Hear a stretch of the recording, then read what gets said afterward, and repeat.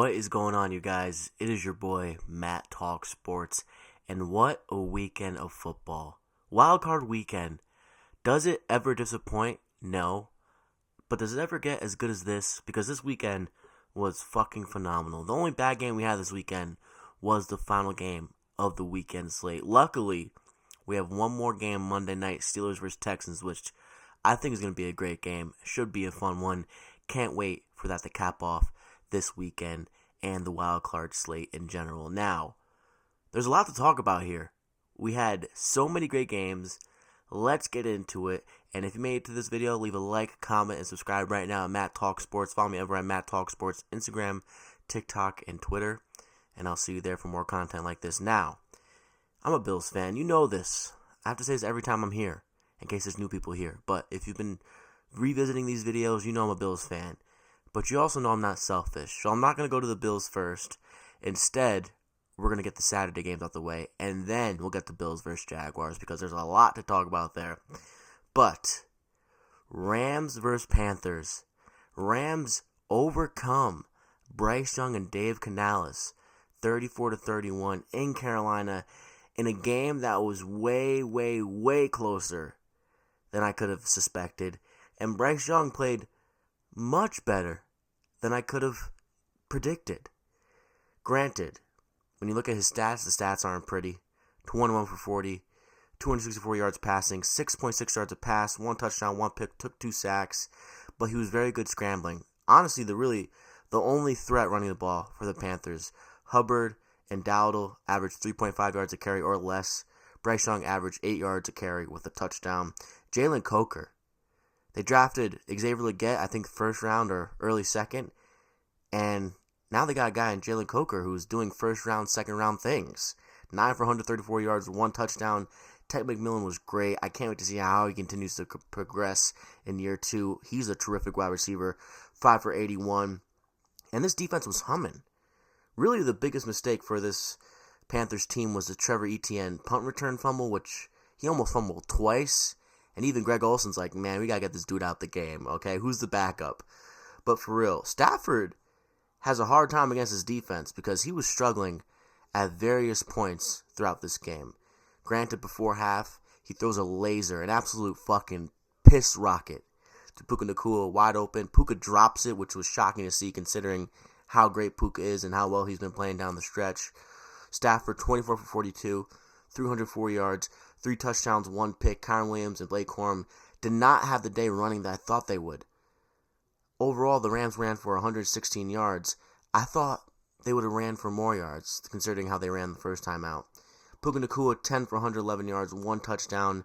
Colby Parkinson with the game-winning touchdown with 34 seconds left on the clock, 2 for 34. Kyron Williams, 2 for 18 and a touchdown. And really, there's a couple takeaways from this game for me. First of all, that last drive by Bryce Young and the Panthers was one of the most embarrassing attempts at a game-winning drive I've ever seen in my life. I mean, just flat-out horrible football and bad play calls, to be quite honest with you. I don't know what they were drawing up. I don't know what the execution was, but you can just tell it wasn't on the level of the Rams who have been there before and done that. Another thing is, everyone is singing and saying the Rams are going to go to the Super Bowl right away. I had weird instincts before this game, like I don't think that, and I feel that even more so after this game against the Panthers. Granted, the Panthers beat them the first time, and clearly they give the Rams a run for their money every time they play, seemingly, at least the 2 times they played this year, but this defense is a problem for the Rams. It just is a problem. 250 yards passing from Bryce Young, 83 yards rushing from the Panthers, and Coker and McMillan were absolutely destroying the secondary of the Rams. Listen, here's the thing. The Seahawks have great defense, and everyone else in the NFC doesn't. So the Rams can win in any shootout you put them in. They're facing the Bears next. They could beat the Bears in the shootout without a doubt. But man, if the Bears can somehow capitalize opportunistically off the Rams, if they can force Stafford to turn the ball over, the Bears are going to win that game. So I don't think this Rams defense is good. I don't think they can stop a rock.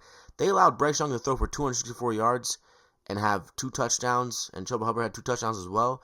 Well, now you have to face Monangai, Swift, Loveland, DJ Moore, Dunze, and Caleb Williams, which we'll get into that game in a little bit, but I might be one of the only people on the internet that doesn't really believe in the Rams. In fact, I kind of believe in the Seahawks 1,000% more than the Rams because they have a great defense. I just don't trust their quarterback. The thing about the Rams is, as shaky as Stafford looked at times in this Panthers game, I trust Stafford a lot. So, Rams beat the Panthers. Panthers gave a valiant effort, but ultimately, the Rams have Matthew Stafford and the Panthers have Bryce Young. And McVay has been there, done that. And so has Puka Nacua and company. So, Rams move on. They face the Bears next weekend, which should be an absolute great game. Speaking of the Bears versus Packers. The Bears do it again. They were down double digits. They were down 27-16.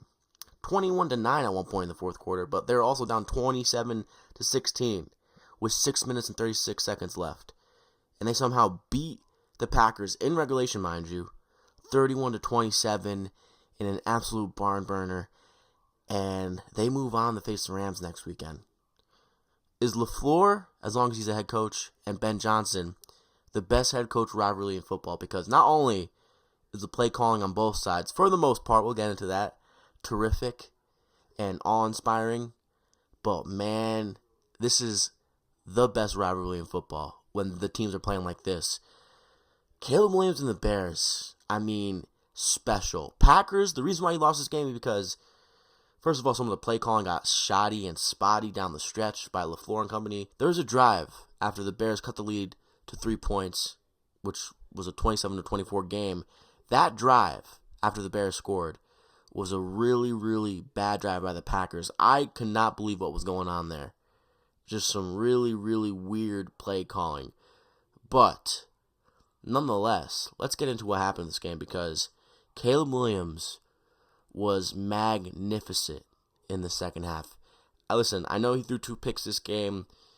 His stat line isn't exactly pretty. He had a 50% completion percentage, but if you were watching this game with your eyes and you don't think he played great or carried this team to victory and executed the hell out of some plays down the stretch, then you need to rewatch the game. Because there's a pass to Rome Odunze on 4th and 8, which might be the best pass of the NFL season, outside of a couple plays 17 made today, which we will get into soon. Caleb Williams, 4th and 8, season on the line. You're down 27-16. You have a chance to make this a game somehow with 6 minutes left. 4th and 8. You're moving to your left. Pressure's coming after you. And you somehow like jump in the air and make a fucking throw to your left. And I don't know how he completed this pass. Because not only is he getting pressure mightily, there's about 3 to 4 guys around Odunze. And from his point of view, players don't have GoPros or anything, so we can't see truly his point of view, but I have to imagine he really didn't see much, but somehow he saw something where he was confident enough to throw that ball. Caleb Williams, the more and more he plays, the more and more he's looking like the first overall pick and the generational player that we all thought he was going to be coming out of college and out of USC and Oklahoma. Just a really strong performance from Caleb Williams down the stretch, and Ben Johnson and him might be a problem moving forward. Not even might, they are, because this is them at their worst. Imagine them at their best. But nonetheless, let's keep going into this game. The Bears, I thought they were going to run for more yards as well. Monungai only ran for 3.4 yards a carry, and Swift 4.2 yards a carry, but nonetheless, DeAndre Swift scored a rushing touchdown, and he did his damage in the receiving game. But the player to talk about here is Colston Loveland, which I am a Tyler Warren guy. I am. I think Tyler Warren is special. I think he's going to be a Hall of Famer. That's how good he is. Loveland has been absurdly great ever since that Cole Kmet injury, which was a blessing in disguise for the Bears. Colston Loveland was the MVP today, arguably. Not today, but you get it, Saturday for the Bears. 8 receptions, 137 yards receiving. Man, just a brilliant game. He was Caleb's safety blanket. And man, he's just a towering figure at the tight end position. I love watching him play some ball. Just a really great receiving tight end that is going to be dominant for years to come. And he has had a really great end to his rookie season. DJ Moore, 6 for 64, 1 touchdown. Just a beautiful route, a beautiful play design by Ben Johnson at the end of the game. Just a beautiful payoff to what he's been building off against that Packers defense that game. If you want to see a breakdown of that freaking play and the lead up to that play, watch Film Watchers on Twitter and Instagram. I believe that dude is the best. Rome Odunze, 2 for 44, first game back. Can't really expect much from him. Luther Burden, 3 for 42. Gianni Swift, 2 for 38. Manungai, 1 for 22 receiving. And yeah, man, what a second half performance from the Bears. I had the same question about the Bears that I do with my Bills. Yes, this team doesn't blink. Yes, they battle adversity and they find a way to come back in the regular season. But is that sustainable in the playoffs? The Bears, they continue to show they don't blink. No matter how dark it gets, no matter how late it gets, they still think it's a ball game. No matter if they're down 11 with 6 minutes left, it doesn't matter. They still think it's a ball game, and that is a great quality to have. This is Ben Johnson and Caleb Williams at their worst. Imagine if they start to put together great games consistently throughout the quarters. Brilliant stuff from Ben Johnson and the Bears and Caleb Williams and company. Can't wait to see what they do against the Rams next weekend, because that is going to be a shootout. Both of these defenses are not good, but one defense leads the league in turning the ball over, and the Bears are that defense. So Stafford, can they force Stafford to turn the ball over? That would be interesting to see. But the Packers, first of all, the Packers lost the game because of Brandon McManus. He cost them 7 points. They should have had an opportunity to tie the game. Instead, they had to score a touchdown, and they couldn't do so. Jordan Love, 24 for 46, 323 yards passing, 4 touchdowns. He was great. He was shut down in the second half, though, I will say. He was just shut down. Outside of a golden touchdown on a screen, he was shut down. Here's what the Packers did in the second half. Punt, punt, punt, touchdown, missed field goal, and then turnover on downs. So really, at the end of the day, Jordan Love did do enough to win this game, but he was shut down in the second half. I mean, legitimately, the Bears did a great job of adjusting and holding this Packers team to 6 points in the second half, which really shouldn't have been the case because McManus just fucking choked the shit out of this game. Cost the Packers 7 points. If it wasn't for McManus missing kicks, they would have won this game. Josh Jacobs, 19 for 55 rushing, 2.9 yards a carry. Bears did their thing. But also Chris Brooks, 1 for 16, Jaden Reed, 1 for 14.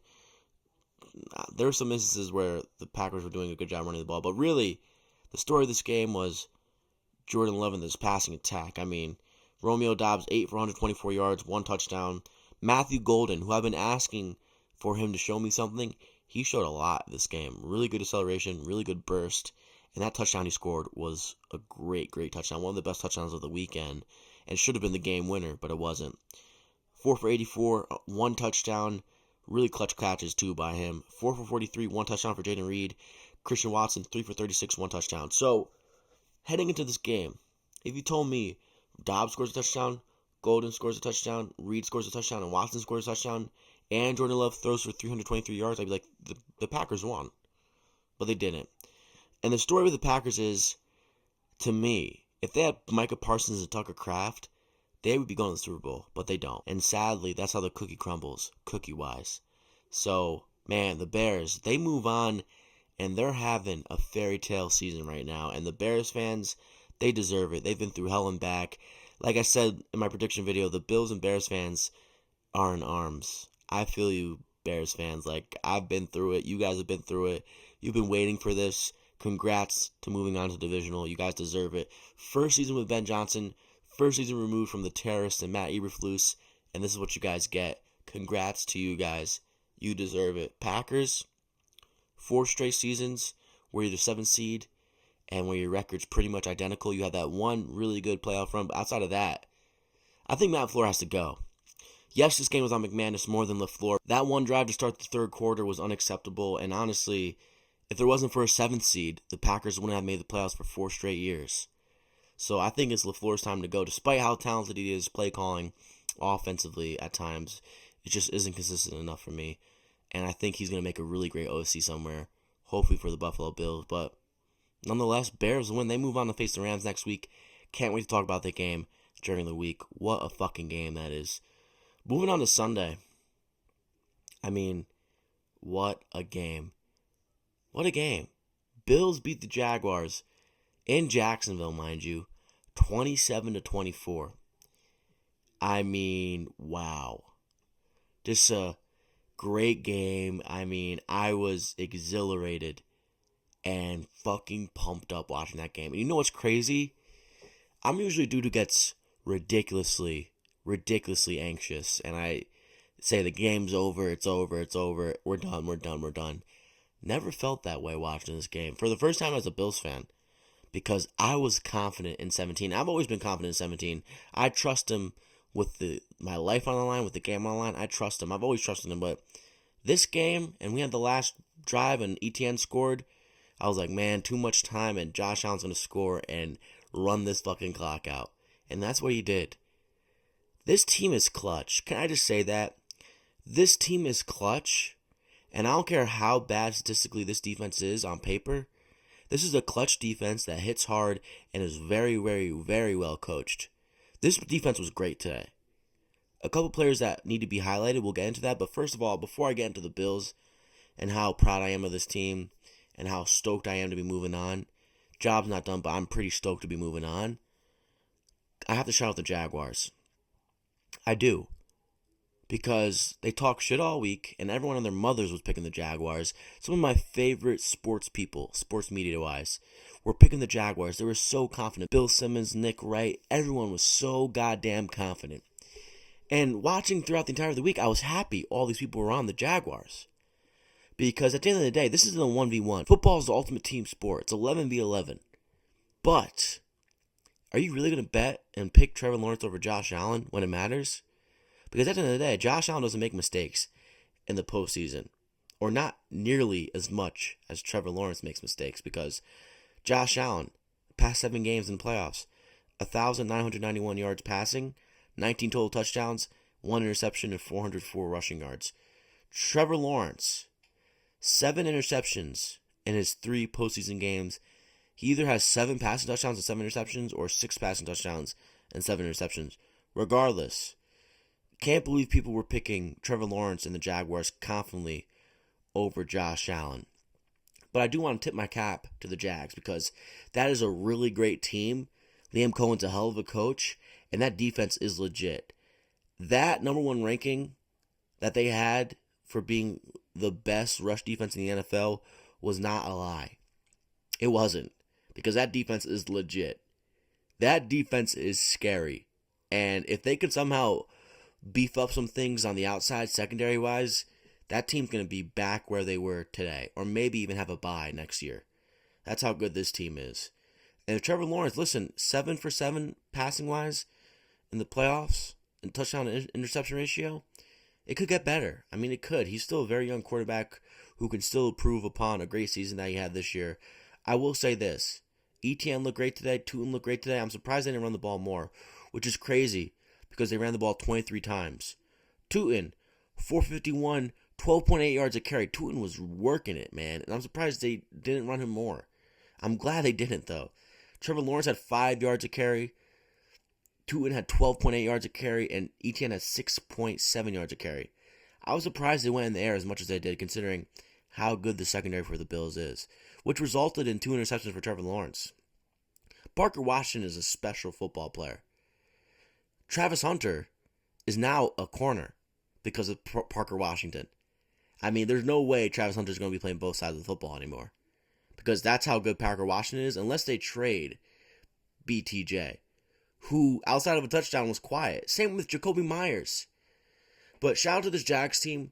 They're very good, and I love that football team. The Jaguar fans are good enough people to not be talking shit about them, but those are some good people. And I did hear some chatter, but I'm not going to talk shit back because honestly, Wildcard is my Super Bowl, despite how hyped I was during this game. But let's move on to the Bills because there's a lot to talk about there. First of all, Josh Allen. James Cook, I love him. James Cook and Josh Allen were the only 2 players who run the football for the Bills today. James Cook, 15 for 46, 3.1 yards a carry. He could not run the ball at all. His longest rush was 11 yards. He just couldn't run the ball. He couldn't. And it wasn't really his fault because he tried his best. There was a play where he cut back, and I believe it was Josh Allen Hines who just made a great tackle above the shoulder pads. And any other defense, I think he breaks off like a 20-yard run. Josh Allen, 11 for 33, 3 yards a carry, and 2 touchdowns. Both of them were QB sneaks. And the longest run he had was 10 yards, and that was on one of the last plays of the game where he's getting pushed to the 1-yard line. Josh Allen passing, 28 for 35, 273 yards in the air, 1 touchdown, only took 1 sack. And guess how many turnovers Josh Allen had today? 0. Guess how many turnovers the offense had today? 0. The only turnover the Bills had today was Ray Davis on the kick return. And he's all-pro, first-team all-pro for a reason because he's been really great kick returning. But that took a drive away from the Bills and maybe could have been a different story for the Bills win margin-wise if he doesn't fumble that ball. But the Bills' defense held up.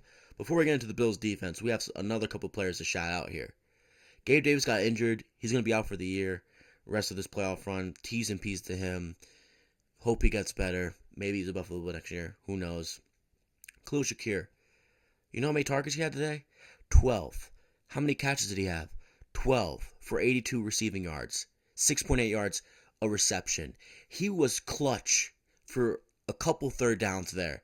There was a spin move, I think, to open up the half. My God, just a beautiful spin move to somehow prolong in the drive. Beautiful stuff from Shakir today. Dependable today. Brandon Cooks. He had 5 targets. Should have had 4 catches because the one that got overturned was a catch. I don't care what anyone says. He should have had 75-plus yards today.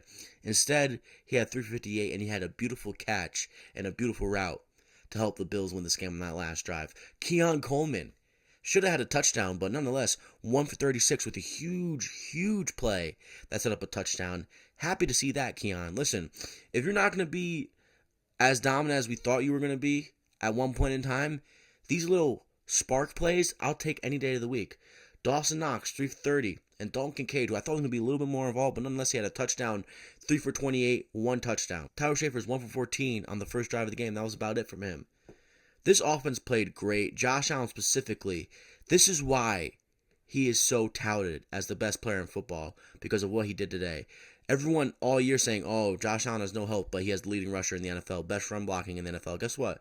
Our O-line was really good today, pass blocking wise. They couldn't run block well because that's how good that Jaguars defense is. And James Cook could get the ball off the ground. And any other quarterback would have been shook and failed in comparison because the run game is working. Josh Allen did not blink. He did not blink. Josh Allen, before heading to this game, his postseason career was this. He was first all-time in the NFL for total yards per game as a quarterback, 311 yards per game. Rush yards, 668, first all-time NFL quarterback ranking in the postseason. Touchdown to interception ratio, 6.25, first all-time in the NFL. After that, updated playoff career rankings for Josh Allen after this game. 309.5 yards a game, number 1 all-time. 2.5 total touchdowns a game, number 3 all-time in the playoffs. And 35-6 total touchdown to turnover ratio, number 1 all-time. Dude, this guy gets it done. And the games that he's lost in Arrowhead, half of those are not his fault. He's done what he needed to do.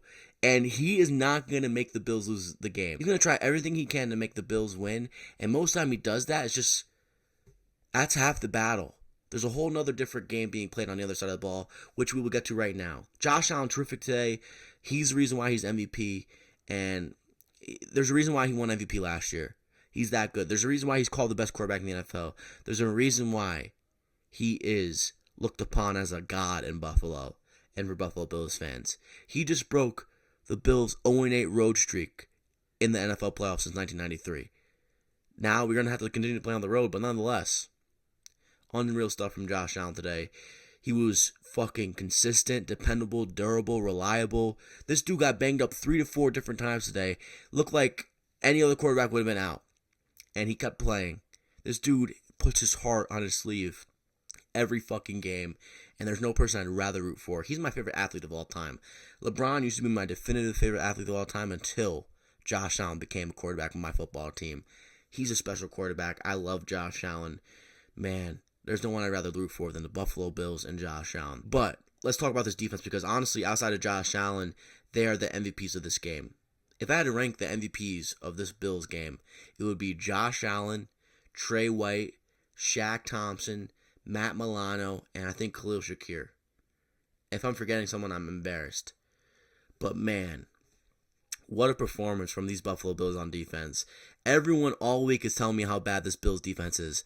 When, yeah, statistically they have been. And yes, there's some clear inconsistencies with this defense. At the end of the day, they allowed 6.7 yards a carry and 154 yards rushing against the Jaguars today. But they are clutch.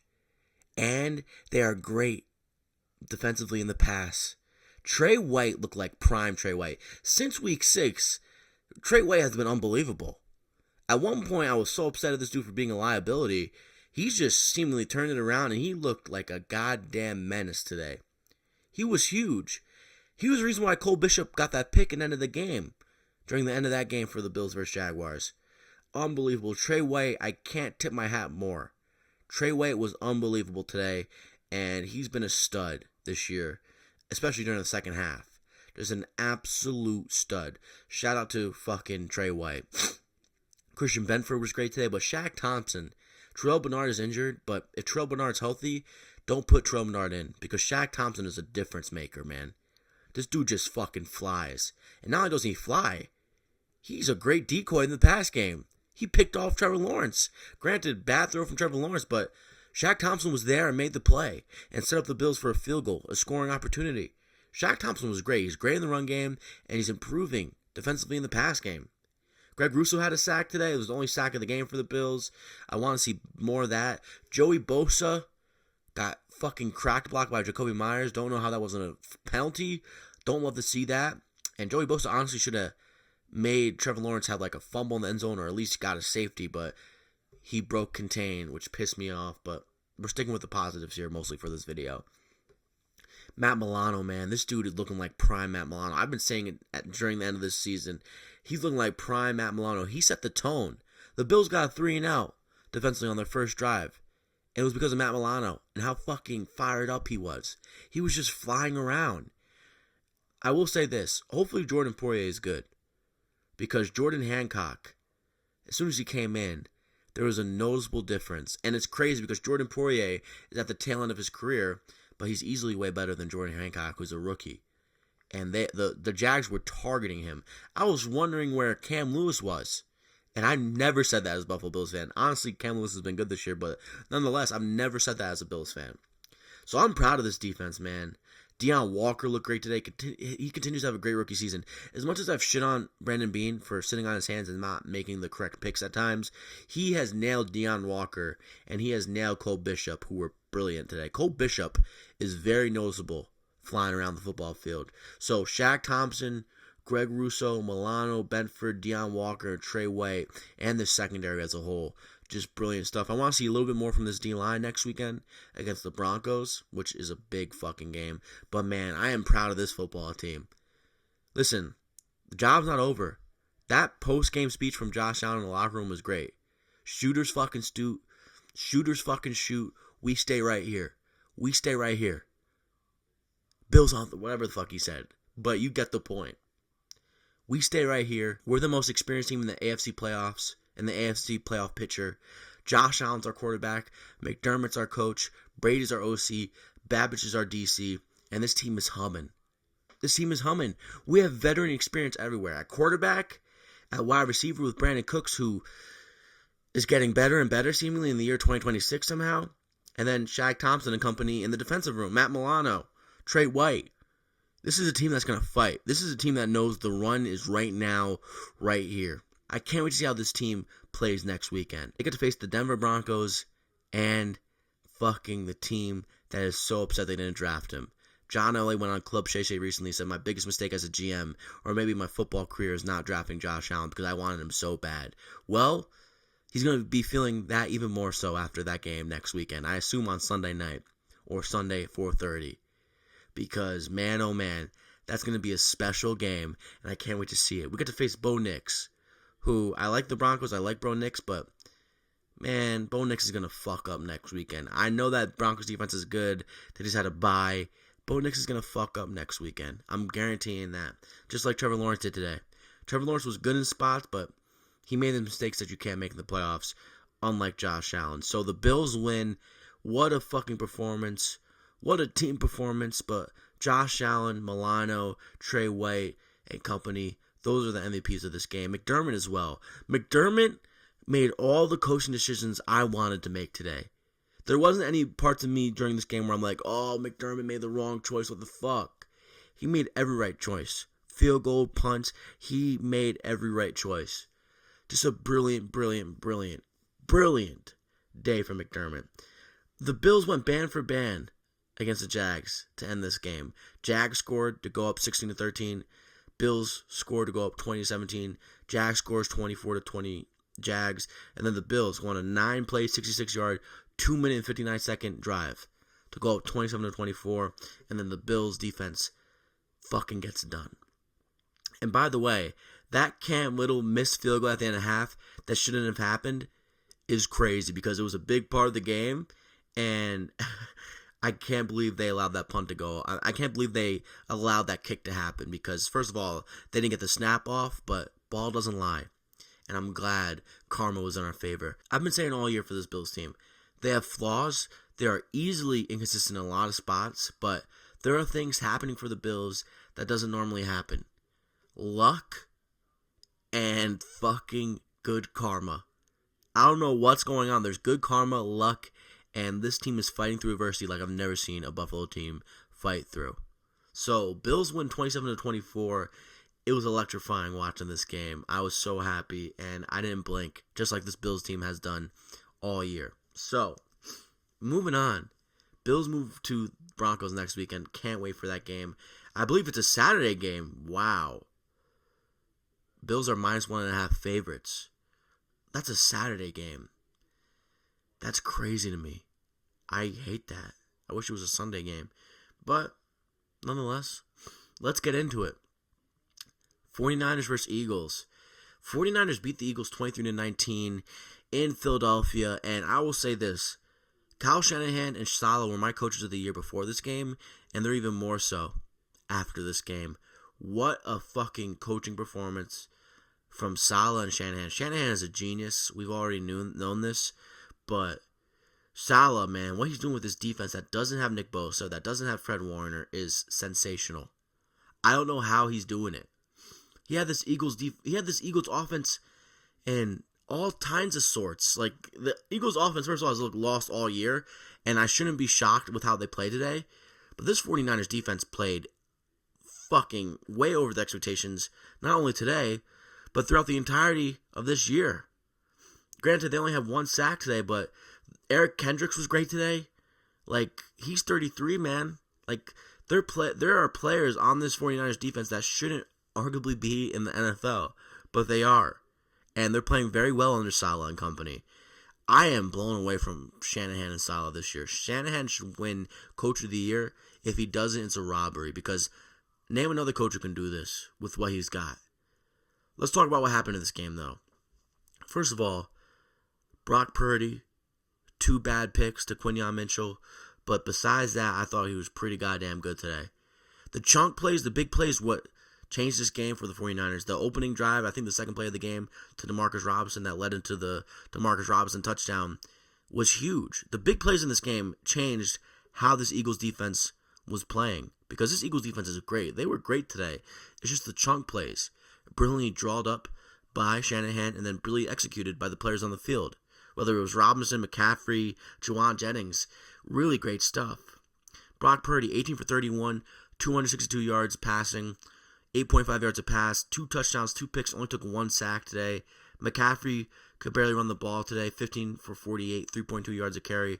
Overall, the 49ers going to run the ball, 25 for 75, 3 yards a carry. And then Juwan Jennings, he had a passing touchdown on a brilliant reverse jet pass, or whatever the fuck you want to call it, to CMC. Just really great stuff. CMC, if he can't run the ball, he's going to be a great threat receiving.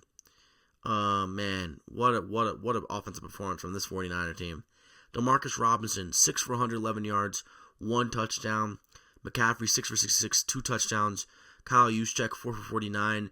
Juwan Jennings, 1 for 45. And that was one of the biggest plays of the game, that 45-yard reception.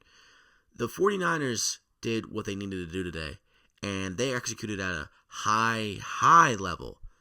And sadly, their next matchup is against the Seahawks. If they somehow win that game, they're going to the Super Bowl. Because if they win that game, because now they don't have Kittle. Kittle tore his Achilles, I believe. Man, this 49ers team is bewildering. And honestly, if there was a trophy for the most impressive team to not win the Super Bowl, it would be them. And that might sound like a disrespectful comment. It's not. It's really been an unbelievable coaching job from Shanahan, and this team should be amongst the Super Bowl favorites next year when they are hopefully healthy, because that's how good this team is, and that's how great of a coach Shanahan and fucking Salah are together. Imagine if they get Mike McDaniel back as the OC. But they don't even really need an OC. Shanahan's that great. What a performance offensively and defensively from the 49ers. Now let's get into the Eagles. What the fuck is going on with this team? First of all, Kevin Patula, he's gone. He's out of here. Horrible. Jalen Hurts, 20 for 35, 168 yards passing, 1 touchdown, only took 1 sack. Bad game from Jalen Hurts today. Saquon Barkley did look really good in some spots today. 26 for 106 yards, 4.1 yards a carry.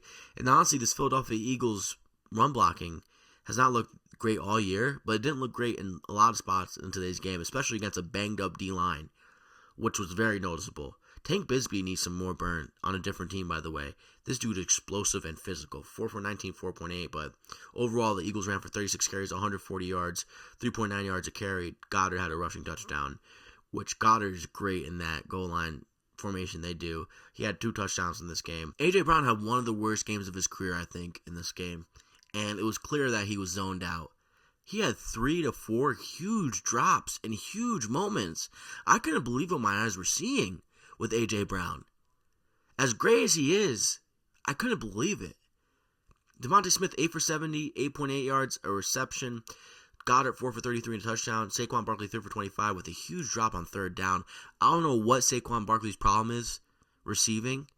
He too often gets his eyes off the ball, and more times than not, it leads in a drop from him. It's really weird. A.J. Brown, 3 for 25 receiving. I am shook by this A.J. Brown performance. And a lot of Buffalo Bills fans are like, oh, he's a Bill next year. Don't want him as a Buffalo Bill, to be quite honest. As great as he is, he got into a fight with Sirianni today. It's like, how are you fighting Sirianni? You're dropping balls left and right.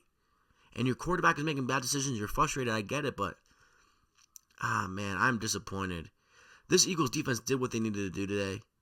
Granted, they allowed 23 points, but you have to expect the Eagles to score more than 19 points. And granted, Elliott missed a huge PAT, which might be the motto for this weekend. Missing PATs is big.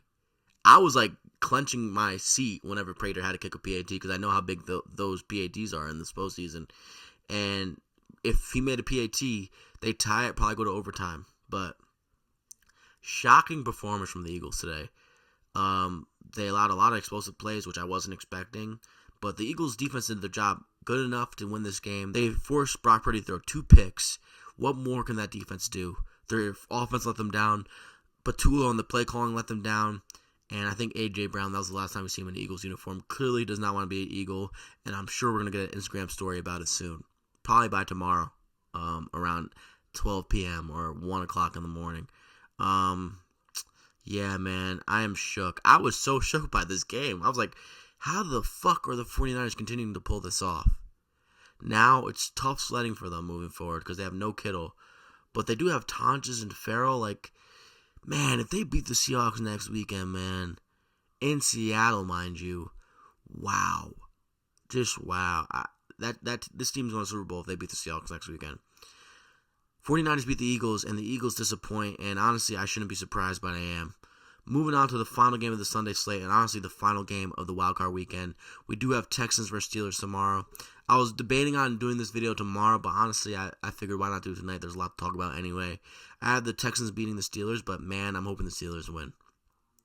Moving on, Patriots versus Chargers, easily the weakest game of the Sunday slate and the Saturday slate. Patriots beat the Chargers 16-3. And honestly, this game isn't about how good the Patriots are, how much they've improved, and how good Drake May is. But it is about Justin Herbert and the Chargers and how horrible this O-line is. I'm going to die on a hill and say this game is not on Herbert. And people are going to be like, Matt, that's an easy thing to say. But I think a lot of people are going to be dumb enough to put this game somehow on Herbert tomorrow. Herbert was great for the most part. He tried to do what he could have. Granted, the Patriots weren't getting any pressure in the first half. They turned it on in the second half, but he was getting let down constantly. They couldn't run the ball. Herbert was their leading rusher with 5.7 yards a carry on 10 carries for 57 yards. But McConkey, Gadsden, and Allen, specifically Keenan Allen, was horrible today. No one could get open. Offensively, Herbert was let down today. On the offensive line, explicably in the second half, and then the weaponry. Ladd McConkey, is this guy a one-season wonder?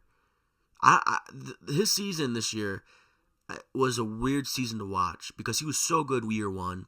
But this season, I know Slater and company got injured on the O-line. Two of the best O-linemen in the NFL on both sides of the ball. Slater and all got injured. But, man, just this Chargers team, their defense played their heart out. And the O-line for the Chargers just could not protect Justin Herbert. Justin Herbert, first of all, on the slide he had in the fourth quarter, I thought he broke his knee. One of the weirdest slides I've ever seen from a quarterback. And then two, the last hit of the game, a couple of the last hits of the game, mind you, that resulted in sacks were just monstrous. Cataclysmic, titular clashes, mostly from the defensive linemen who were hitting Herbert. Herbert, 19 to 31, 159 yards passing, 5.1 yards an attempt, 6 sacks taken. My goodness. He was getting abused. He had 2 fumbles, only lost 1, didn't throw a pick. And really, I picked the Chargers to win this game, but I'm not surprised this happened. Because the Chargers O-line is so banged up that despite this Patriots defense not being that good in my opinion, despite them having a number 3 overall ranking as a unit defensively, which I don't think is really true, they were able to disrupt this Chargers O-line. And honestly, I don't know who couldn't have. But moving forward, let's talk about the Patriots. I feel sorry for Justin Herbert, but not too bad. He's dating Madison Beer, and he's making millions and millions of dollars. Go home, put your head on Madison Beer's chest, and you'll be all right, Buttercup? But Justin Herbert, kind of complicated. There is definitely a 95% chance that Herbert contemplated retiring during this game. Or he's like, fuck this shit, dude. Let's move on to next year with Alt and Slater back.